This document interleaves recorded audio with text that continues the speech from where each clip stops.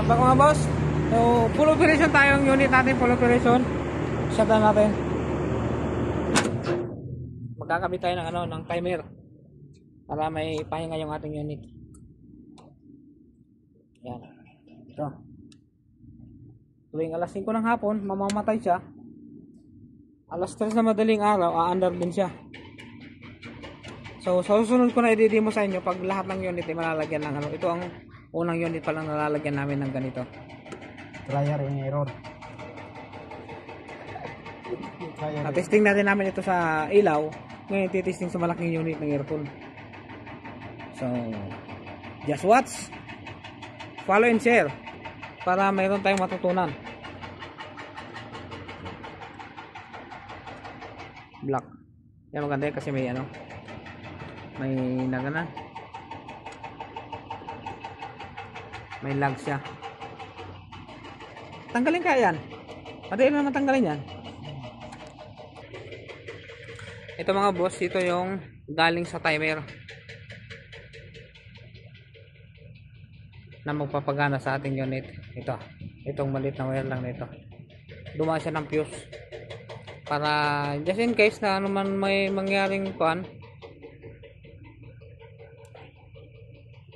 garantisado ganon.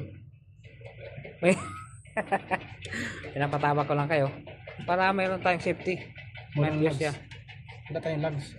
Next time na lagyan. Sa tayo lang wala ngayon. Okay na yan. Ikit na yan. Mga boss, tapos na tayo. Lagyan natin, energize natin. Try natin may manual siya. Mister mo. Mister.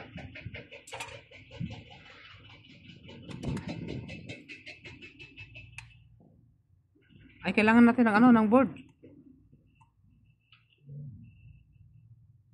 Okay na? 20. Okay. Meron na. Try natin yung manual lang. Manual po natin siya. Automatic na. Yan naman. Reset board mo pa to. Yan. Ang brand ng ating ginamit ay green blue. Yeah. Green blue siya. Sa susunod naman, black red. Tayo pa tayong lalagyan, no? Yung malalaking unit na yan. Ayan. Ayan. Pumalo na yung kanyang indoor fan motor.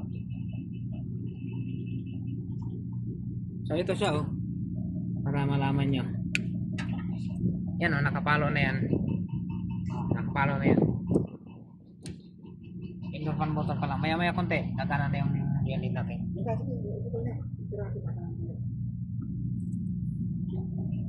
Kasi kita yung mo.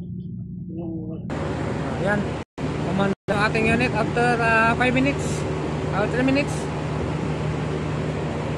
Nagapa ka na.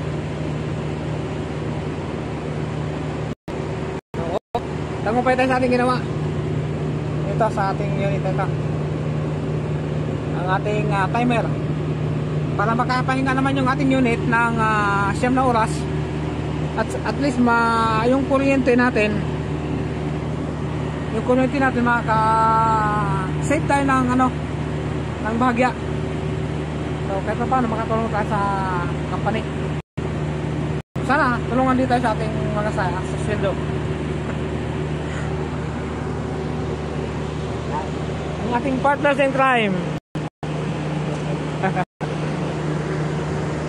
Nakatapos na naman tayo. Sarado na yan. Ay, buwang wala pa yun.